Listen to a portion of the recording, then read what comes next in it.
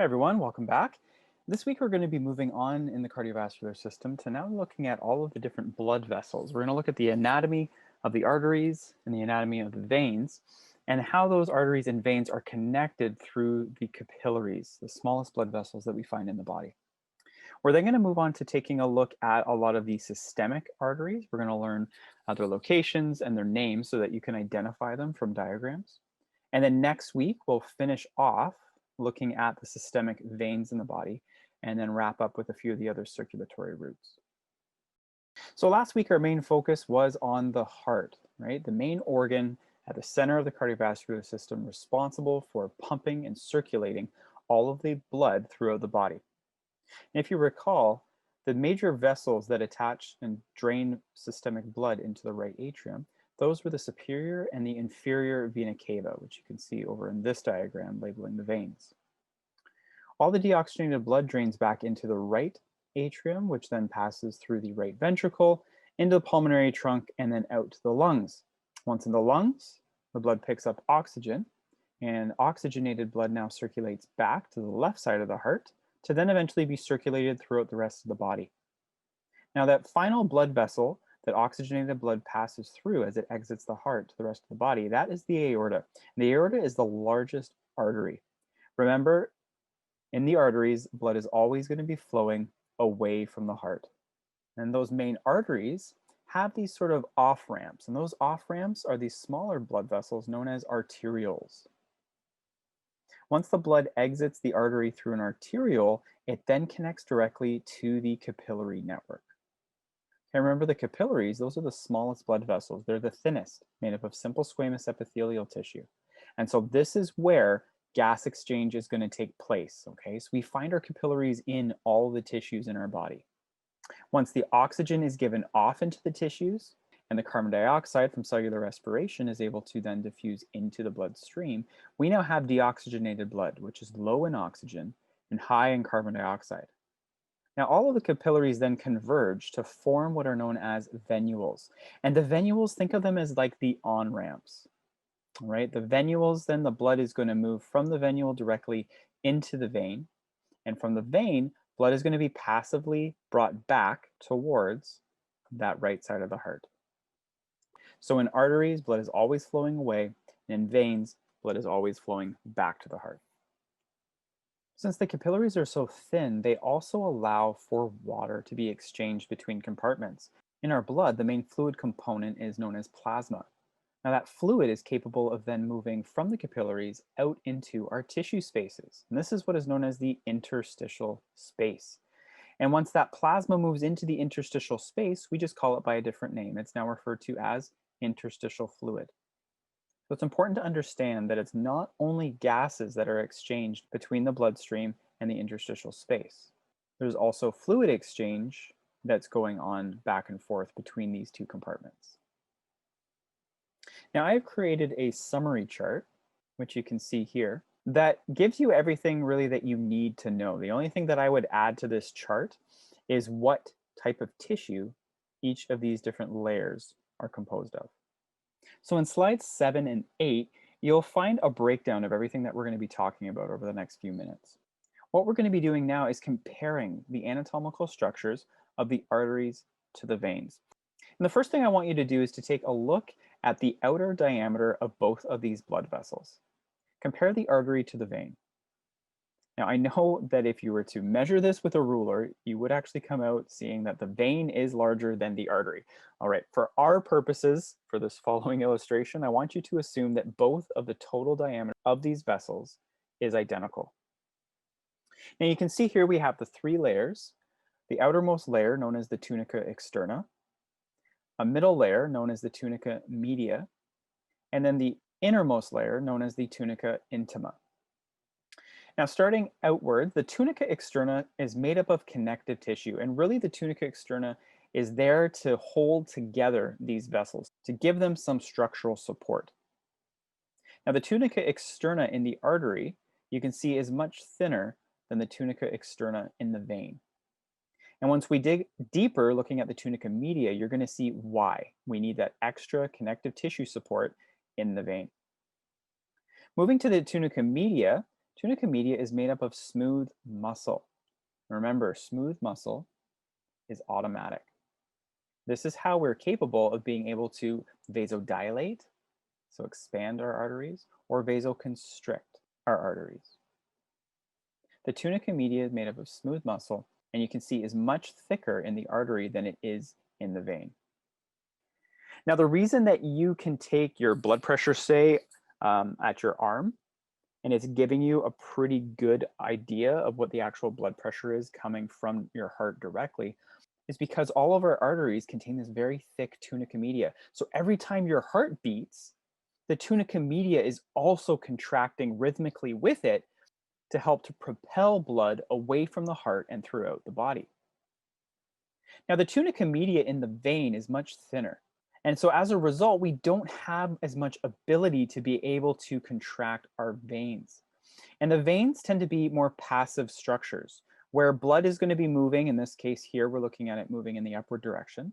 It's always going to be moving back towards the heart. And really the main way that the blood gets back to the heart is just through the filling of the vein as it brings it back up. If we were to take a look at blood pressure in these different vessels, you'll see blood pressure in the arteries is significantly higher than it is in our venous system. Now you'll notice here that the tunica media is surrounded by what looks almost like cheese. But this is representative of the elastic tissue that we find surrounding the tunica media, both externally and internally to it. So remember, if the tunica media is going to be contracting, that's going to cause this inner lumen, the inner space, to get smaller. And if the tunica media is relaxing, that's going to allow this inner lumen to increase in diameter. So we can really change the overall cross-sectional area of the inner lumen of our arteries. And so to allow for that change, that recoil, we have this elastic tissue here to allow for the stretch to take place when our tunica media relaxes, and then to allow for the recoil to take place when the tunica media contracts. Now, lastly, you'll see the innermost layer is known as the tunica intima. And the tunica intima is also known as the endothelium. An endothelium is a specialized name for simple squamous epithelial tissue. Remember, simple squamous epithelial tissue, a single layer of very flat, squished-like cells. Right? So this is the thinnest type of epithelial tissue that we have in our body. And you're going to see where this is advantageous when we move to the capillaries. The capillaries are made up only of the endothelium, which allow them to be very thin and allow that oxygen, carbon dioxide, as well as fluids to pass in and out of the capillary beds. Okay, so the innermost layer of the arteries, as well as the veins, the tunica intima, made up of that simple squamous epithelial tissue known as the endothelium. Now take a look at the tunica intima and compare. There are two main differences that I want you to see here. First off, take a look at the inner lumen of the tunica intima between the arteries and the veins. You'll see that the inner lumen for the artery is definitely a lot smaller in comparison with the inner lumen of the vein. Also within the veins, we have the presence of one-way valves. And the one-way valves are what allow for the blood to pool and fill up. And once it passes this valve, it's unable, if the valve is healthy, to move in a retrograde fashion. This is what helps to prevent blood pooling. But as we'll see later on when we look at the venous system in more detail, that we can end up with incompetent valves, similar to what we discussed in the heart. And then blood is allowed to flow in a retrograde fashion, and blood can ultimately pool in the lower parts of the body.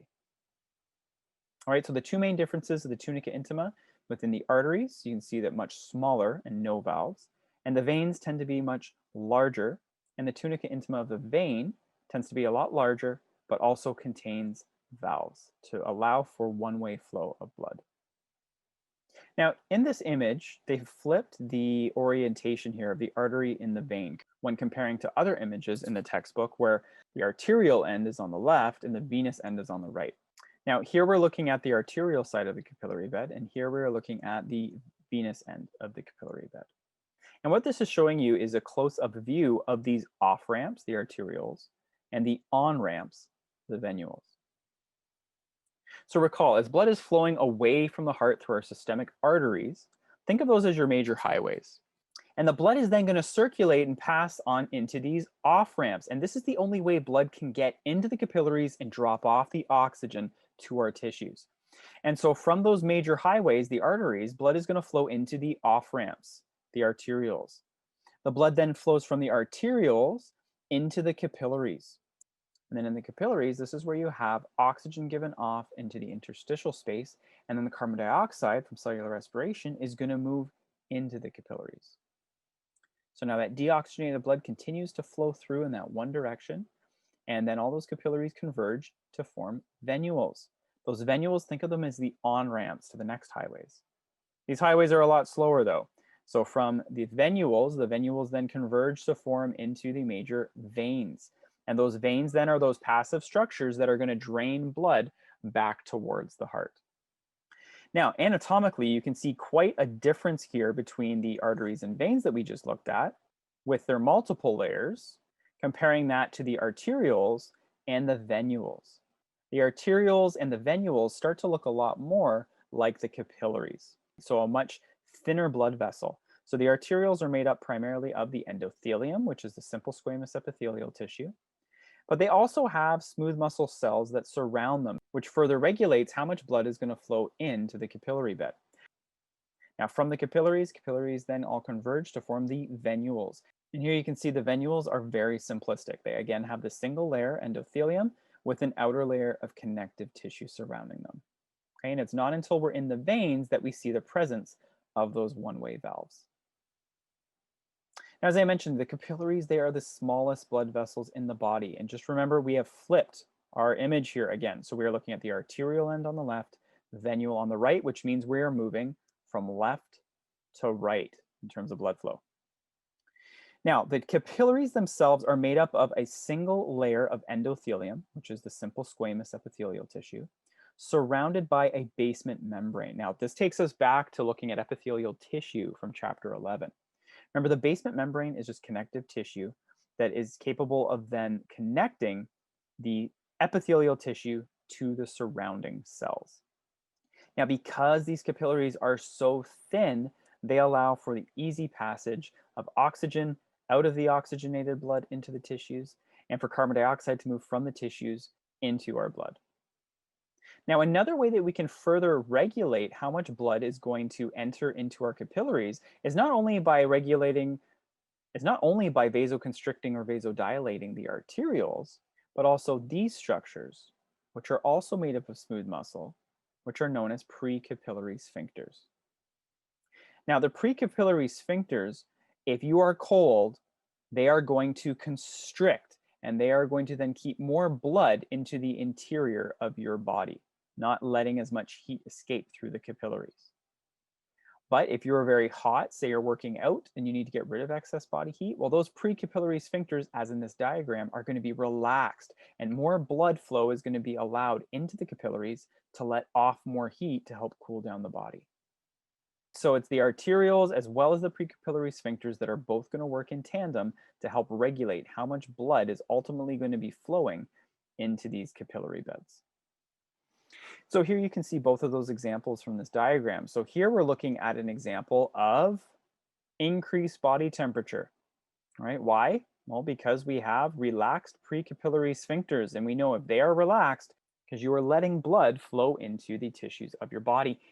And when you do that, just think of the skin. It's the easiest way to picture this. If you let more blood flow to the surface of your skin, you're going to allow more heat to escape.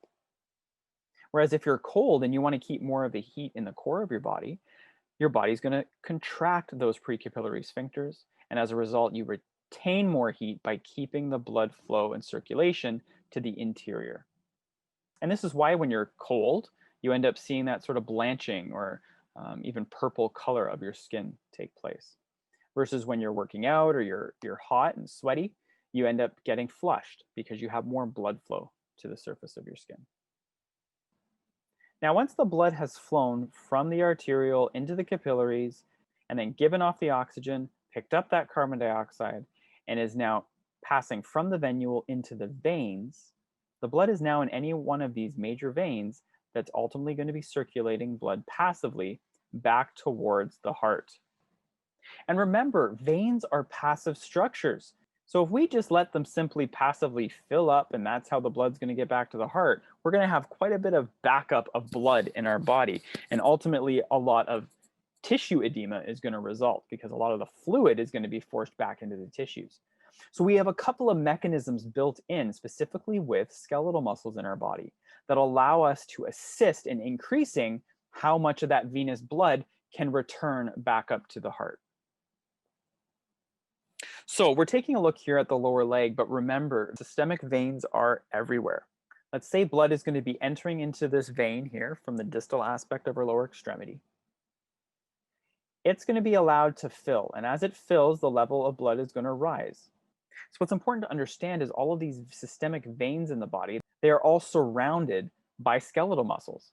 So every time you activate those muscles are contracting, and when they do, they squeeze on the veins.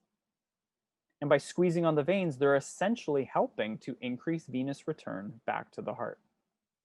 So let's take a look at how we could activate our gastrocs to be able to squeeze in on the main vein and be able to help to bring blood back to the heart. So as you go to simply take a step and you toe off, you're going to be activating your gastrocs. Well, then as you go to take that rest of that step, you're going to be activating the tib anterior. So as you're walking, you're going to be activating both of these muscles. When you do, they are going to be ultimately squeezing on the veins. Now, any of the blood above the muscles is going to be sent in an upward direction past this valve. Once these muscles relax, the blood that's up here is going to want to flow backwards. But we have these one-way valves that are going to prevent it from moving any further. Also, when we are contracting those muscles and the squeeze is happening in the middle here between valves, any of the blood that would maybe want to go in a retrograde fashion here, it's going to be trapped by the one-way valves as well. And so in this way, as we are simply walking and activating your gastrocnemius and your tibialis anterior muscles, we are going to be actively pumping the venous blood back further up the leg. Okay, and as all of the muscles work together, that helps to bring all of this venous blood back towards the right atrium. Now, another way in which we can increase venous return, so increase the amount of venous blood flowing back towards the heart, is through simply breathing. So we have what's known as the respiratory pump, and that is all driven by the main skeletal muscle that drives respiration, which is the diaphragm. So remember, when the diaphragm contracts, it's going to move in which direction? Downward.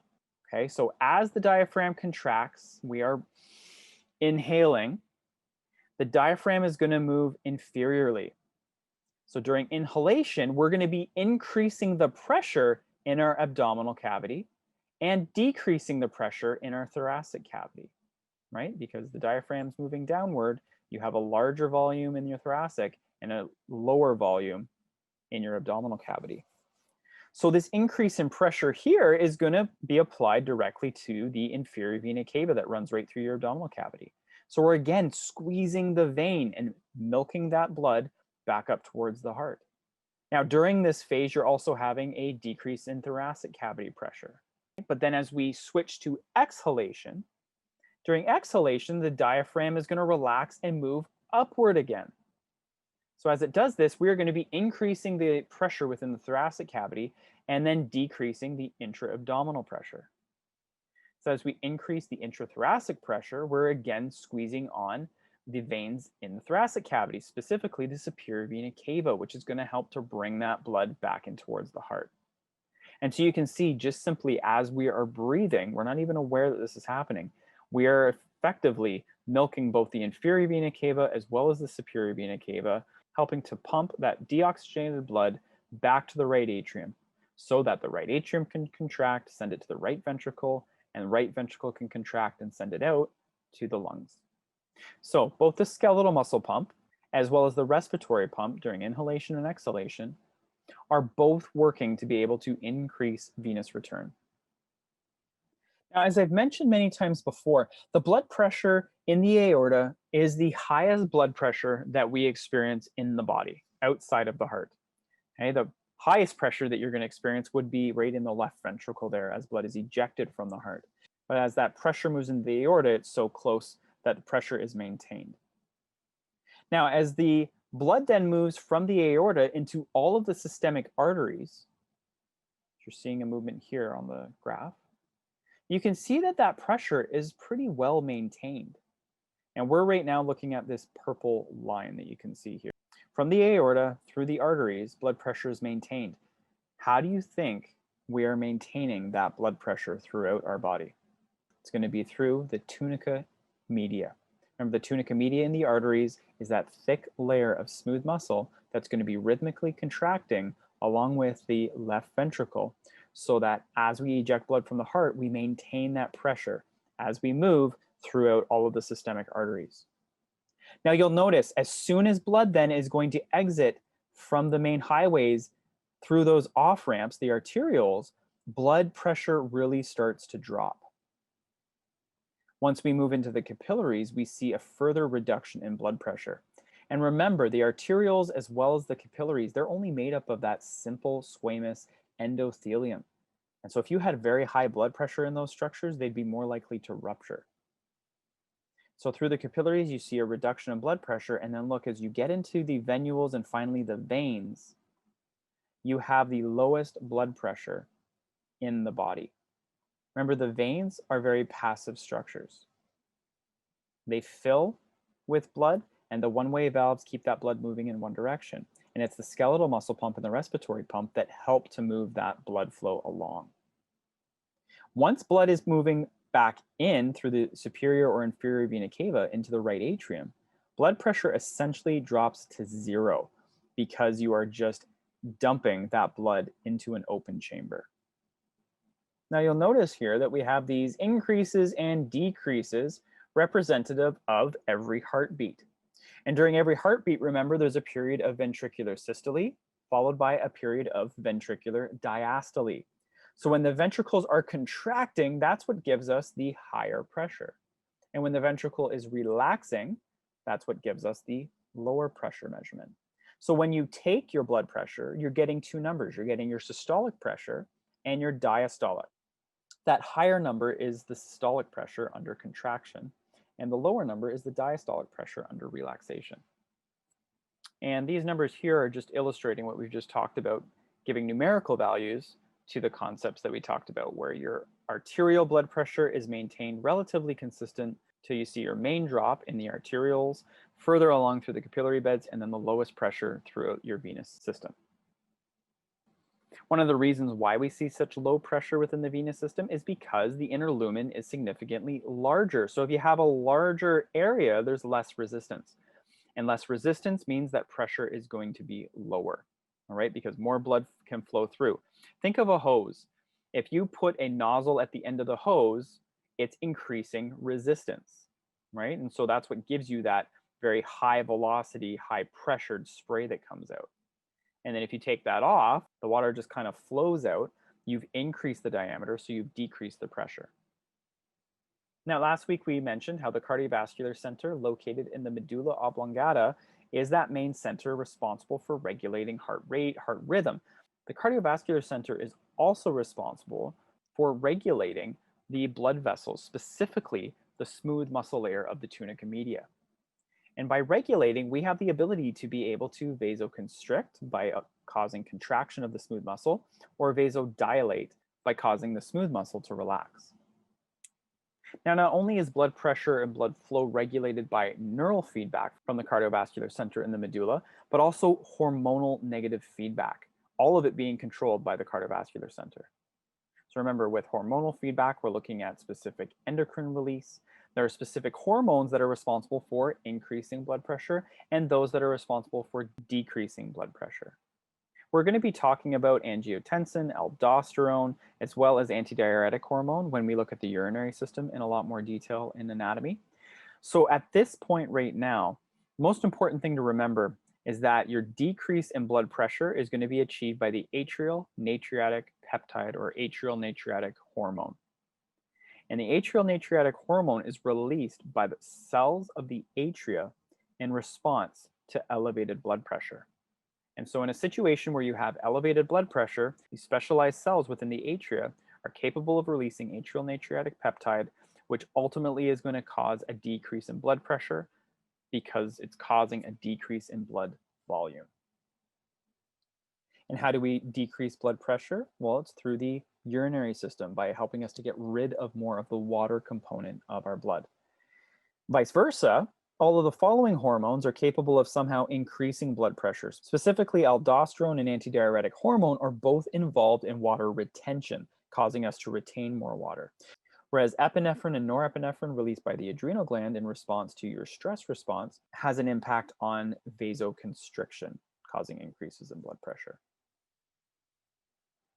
Now, when we started off last week, we took a look at the two basic circulatory routes, right? We spoke about the systemic circulatory pathway, and we talked about the pulmonary pathway. Now, one other that we talked about briefly was coronary circulation. So coronary circulation refers to all of those blood vessels, the coronary arteries, that supply the myocardium, the heart muscle, with the oxygenated blood that it needs to be able to continue to contract. We're going to start off our exploration here of the different blood vessels in the body, looking at those involved in systemic circulation, specifically looking at the systemic arteries. So recall, oxygenated blood from the left ventricle is ultimately going to be ejected from the heart through the aortic semilunar valve and then enter into the aorta. And from the aorta, blood then flows through every other artery in the body. Okay, so today's main focus is going to be looking at all of these systemic arteries that you can see labeled in this diagram. Next week, we're going to jump into then taking a look at all of the systemic veins that ultimately all converge to drain deoxygenated blood back through the superior vena cava or the inferior vena cava.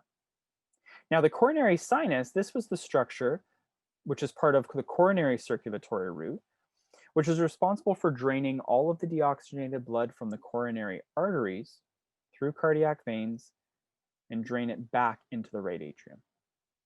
And remember, once all of this deoxygenated blood is back in the right atrium, it can then pass to the right ventricle, out through the pulmonary trunk and arteries, destined to the lungs to pick up more oxygen. So we are going to start with the aorta. The aorta connects directly to the left ventricle of the heart, and the structure that separates the chamber from the aorta and the valve that separates the left ventricle from the aorta is the aortic semilunar valve. So as the left ventricle contracts, remember it's propelling blood out of the heart into the aorta. Because we are now looking at systemic arteries, we are looking at blood that is flowing away from the heart. Okay, this is very important for you to remember, all right? Because if we were to say blood is now in the aorta, where is it going to be next? Well, you have to remember it's not going to go backwards into the left ventricle, but instead it would be further along one of its pathways into another artery, more distal to itself. So the aorta has three main components. We have the ascending portion here, where blood is ascending from the left ventricle. We have the arch of the aorta. And the arch of the aorta here is where the ascending turns to the descending aorta. Now, the arch of the aorta contains three separate trunks, and these three trunks are responsible for supplying oxygenated blood to our upper extremities as well as our head and neck. And then finally, the descending aorta. The descending aorta passes through our thoracic cavity, through the mediastinum, and then through the diaphragm to then enter into the abdominal cavity. Okay, so the descending aorta is very long, and we'll talk about that as we move further along in the body. So as I mentioned, on the arch of the aorta, we have three main branches. And it's important for you to remember blood is flowing from the left ventricle through the ascending aorta to the arch of the aorta, and then down through the descending aorta. And so the sequence as blood is going to flow into each of these branches is important. So you need to remember the order through which blood is going to flow through these branches as it leaves the left ventricle and passes through the aorta. So in sequence, blood is going to pass into the brachiocephalic trunk, the left common carotid, and the left subclavian. Okay, remember these are all arteries, so we can also refer to them as the brachiocephalic artery, the left common carotid artery, and the left subclavian artery. So you'll notice we have two arteries here, the second and third branches, that are destined to feed the left side of the body. You might be thinking, okay, well, what's going on with the right side of the body? Well, because the heart sits slightly towards the left of the midline, we have this little extension here, the brachiocephalic trunk. that takes blood to the right side of the body. Okay, we don't refer to it as the right brachiocephalic because it's the only brachiocephalic artery. Okay, but you need to remember the brachiocephalic trunk, brachiocephalic artery, is responsible for taking that oxygenated blood as the first branch over to the right side of the body. That brachiocephalic artery then splits into the right common carotid artery and the right subclavian artery. Okay, so the three main branches: brachiocephalic, left common carotid, left subclavian. Now, the common carotids, as you can see, these run directly up into the head region. Both of the common carotids both ascend to ultimately feed the head with oxygenated blood. The subclavians, as their name describes, are going to run underneath the clavicle, so subclavian, to ultimately have blood supply then to our upper extremities, and will then continue into our upper extremities to supply them with oxygenated blood. Okay, so you have the common carotids, which are feeding the head, and you have the subclavians, which are feeding the upper extremity. It's important to understand that for some of these arteries, they are continuous with one another. They're part of the same tube, essentially. Okay, but they're named based upon the region in which that part of the vessel is located. And so you'll see this in the upper extremity as well as in the lower extremity. Here we're looking at the subclavian as it passes underneath the clavicle. But then as it passes further into our upper extremity, as it reaches the axillary region, we then refer to it as the axillary artery. It then continues along into our arm, along the humerus, where it becomes the right brachial artery. And then the right brachial then divides into radial and ulnar arteries as it passes down either side of our forearm. Now, something that you'll notice here is that we have these arches known as palmar arches, which form sort of a loop. So if you had blood supply blocked off from the right radial, blood from the right ulnar would still be able to get into all of these different structures here. Now, it works best with a partner, but if you can have somebody hold down both the right radial, right ulnar arteries, and you squeeze your hand multiple times, like you're squeezing a stress ball, that will effectively pump venous blood out, and then you'll be blocking new blood supply from getting in. If you release just one of these, you will see your whole hand flush again as blood is able to circulate back into your hand. So these circulatory loops, we see them in the hands, we see them in the feet. We also have a very important one in the brain. They are all known as an anastomosis. So again, from the aorta, we have the ascending aorta, then the arch of the aorta. And if we look at the three branches, we have the brachiocephalic trunk, we have the left common carotid, and the left subclavian. The brachiocephalic trunk is going to further split into the right common carotid and the right subclavian.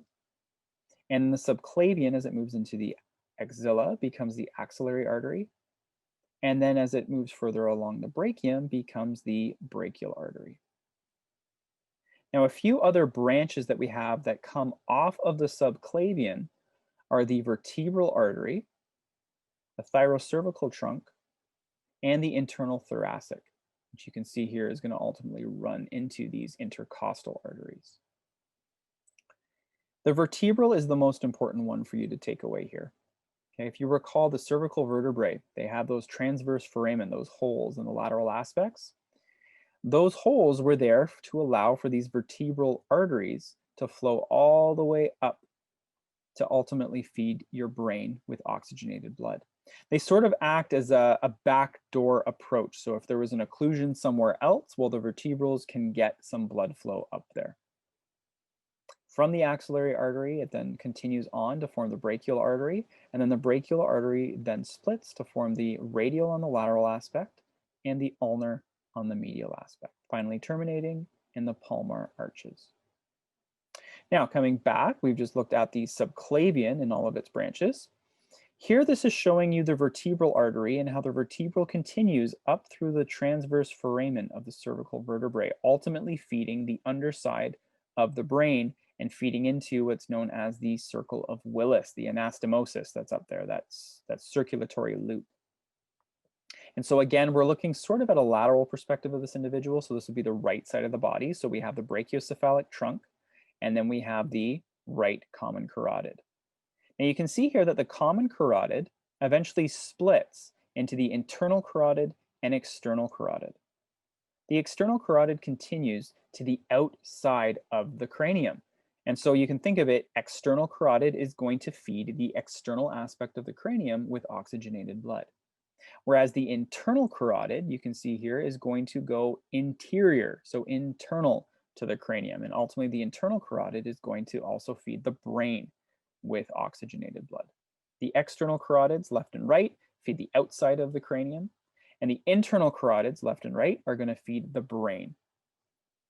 Now we're going to move into looking at the circle of Willis. So here we're looking at the underside of the brain. Okay, so we're looking from inferior to superior. Here is your cerebellum. Okay, and this you're looking at your brainstem. Okay, so this would be all of your cerebral matter. Here's your anterior, and here is your posterior. Okay, and so what I've done is taken this image and rotated it. So we have anterior, posterior, and then you have the brainstem, which is sort of just laying flat from the underside there. So the main vessels that I want you to appreciate here, the internal carotid, remember as we mentioned, it moves inside the cranium and ultimately feeds your brain with oxygenated blood. Well, here is the place where the internal carotids then fuse with this anastomosis. Okay, and this anastomosis is known as the circle of Willis.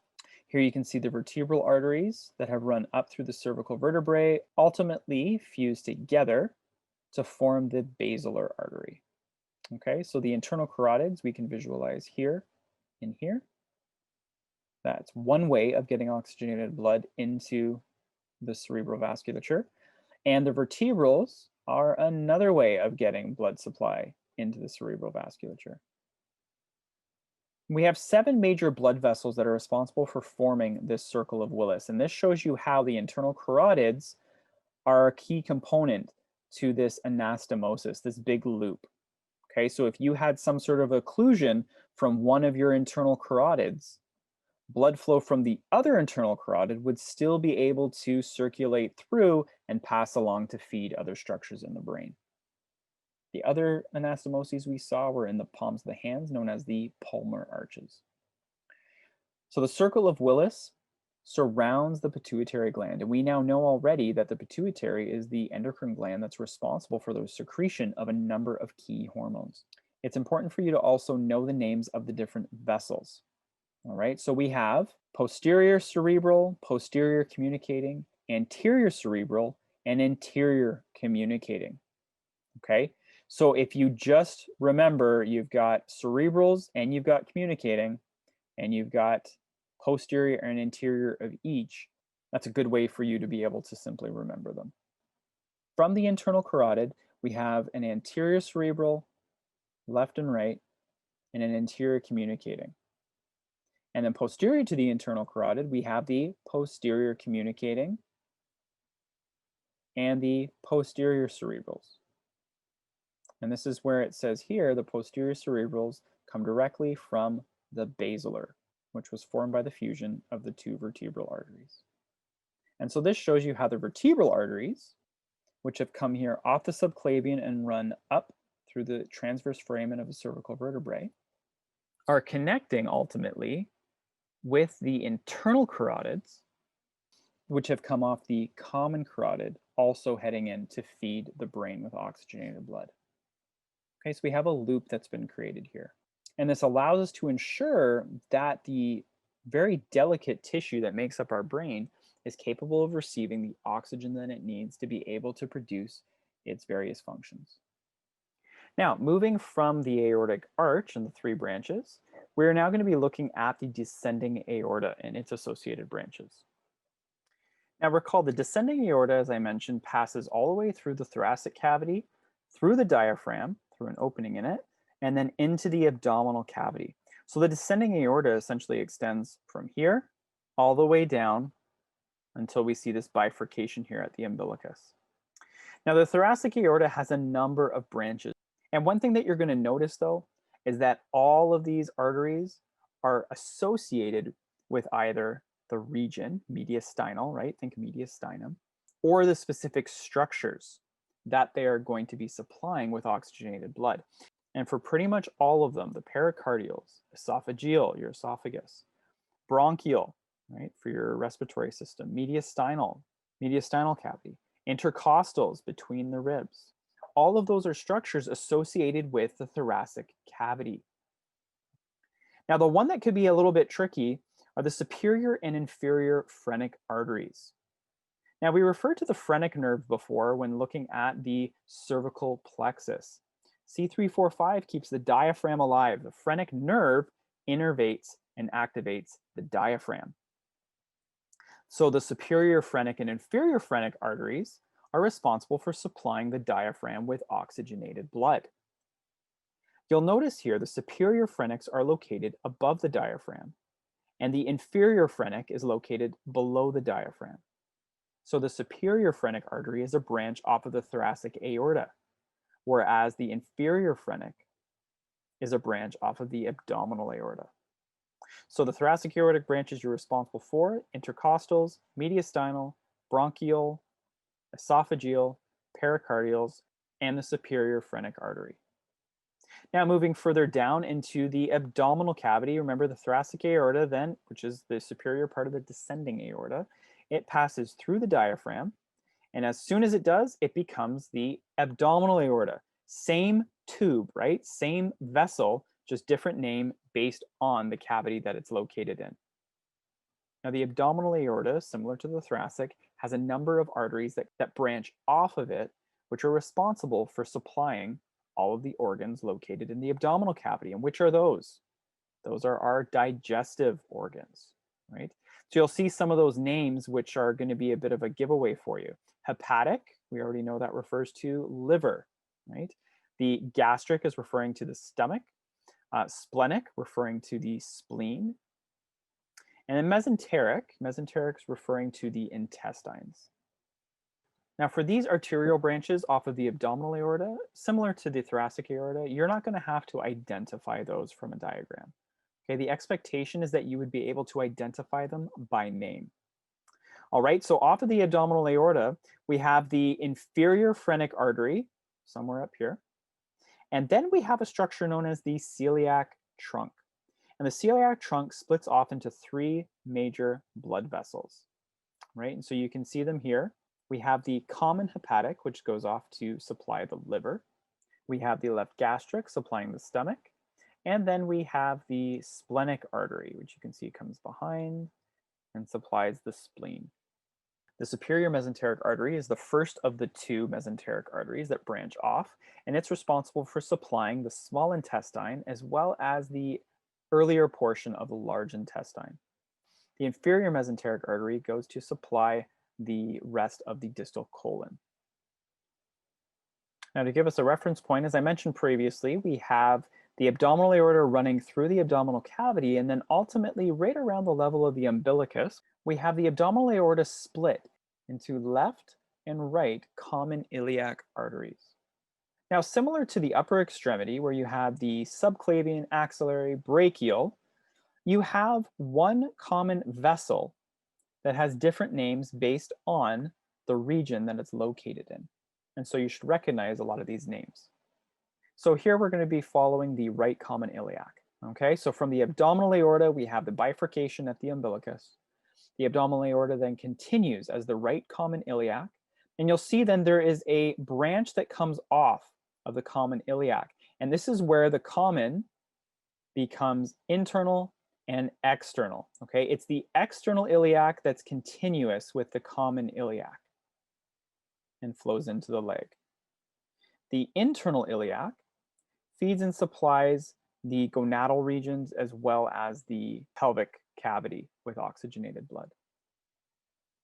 So from the abdominal aorta to the right common iliac, continuing as the right external iliac, the right external iliac then moves into the femoral region. And so then we refer to it as the femoral artery. And you can see here the femoral artery continues and it courses behind the knee.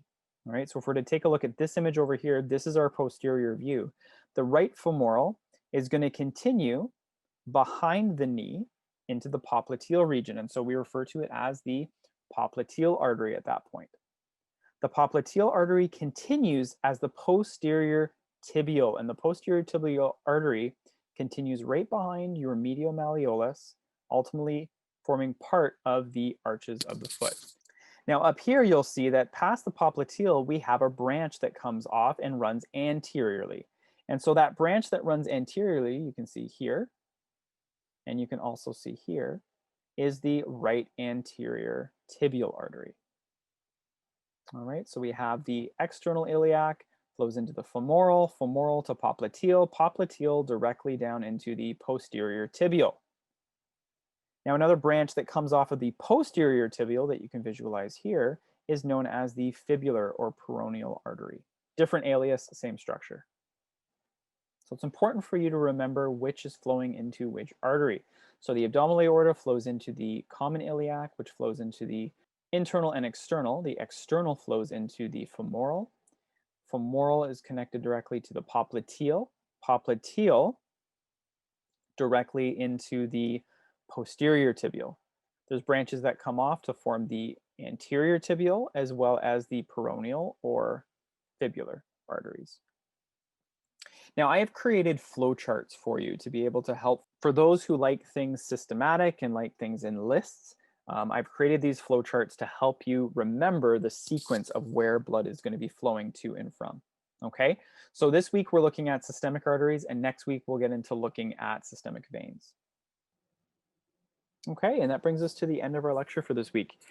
So make sure you print off the diagram package and make sure that you're practicing your labeling, because when it comes down to the systemic arteries as well as the systemic veins, a lot of what's going to be important is that you can identify these structures. But it's not just important that you can label them for the sake of answering a labeling question. By labeling these diagrams, you're going to be reinforcing a visual cue for yourself and helping you remember the sequence of blood flow. So use the flow charts in tandem with the diagrams, and we'll have a chance as well to practice in class as well as during our exam review period. Okay, if you have any questions in the meantime, please feel free to reach out. Otherwise, I look forward to seeing you all again in tutorial. Take care.